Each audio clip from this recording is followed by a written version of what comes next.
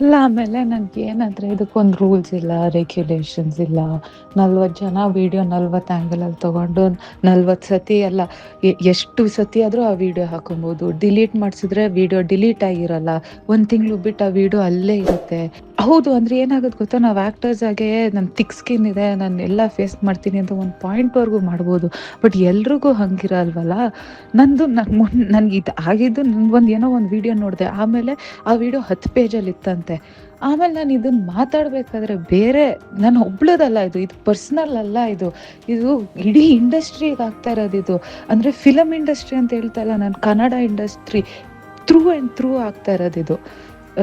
ಯಾರೇ ಆಗಿರ್ಬೋದು ಸರ್, ನಾನು ಹೇಳ್ತಾ ಇರೋದು ಇವಾಗ ಇವೆಂಟಿಗೆ ಕರೀತಾರೆ, ಇವೆಂಟ್ ಕವರ್ ಮಾಡಬೇಕು. ಟಾಪ್ ಕಾಲಿಂದ ತಲೆವರೆಗೂ ಝೂಮ್ ಹಾಕ್ಕೊಂಡು ಕೂತ್ಕೊಂಡ್ರೆ ಸರಿ. ನಿಮಗೆ ಪರ್ಸ್ನಲಾಗಿ ಅವ್ರು ಪಿ ಆರ್‌ಗೆ ಕರೆದಿದ್ದಾರೆ, ಅದು ಅವ್ರವ್ರ ವಿಷಯ, ಅದು ಅವ್ರವ್ರ ಇಂಟೆನ್ಷನ್ಸು. ನಮ್ಗೆ ಅದರಿಂದ ಗಿವ್ ಆ್ಯಂಡ್ ಟೇಕ್ ಏನೂ ಇಲ್ಲ. It is not none of our business ಅದನ್ನು ಕೇಳೋಕ್ಕೆ. ಬಟ್ ಈ ಥರ ಅಂತ ಬಂದಾಗ, ಕಾರ್ಯಕ್ರಮಗಳು ಇವೆಂಟ್ಸು ಅಂತ ಬಂದಾಗ ರೂಲ್ಸ್ ಆ್ಯಂಡ್ ರೆಗ್ಯುಲೇಷನ್ಸ್ ಇರಬೇಕು. ಅದೇನಾಗುತ್ತೆ, ನಾವು ಸ್ಟಾರ್ಟ್ ಮಾಡ್ತೀವಿ ಅದನ್ನು, ಅವರು ಏನಾಗುತ್ತೆ ಶೇರ್ ಮಾಡಿಬಿಡ್ತಾರೆ.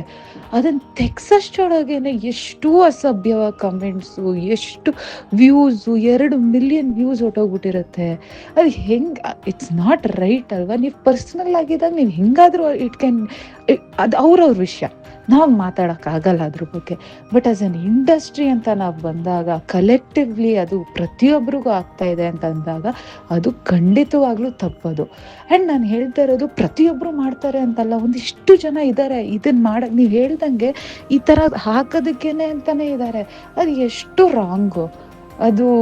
ಆ್ಯಂಡ್ ಎಷ್ಟು ಜನ ನೋಡ್ತಾರೆ. ಹೆಂಗಾಗುತ್ತೆ ಅಂದರೆ it's very wrong message to everybody.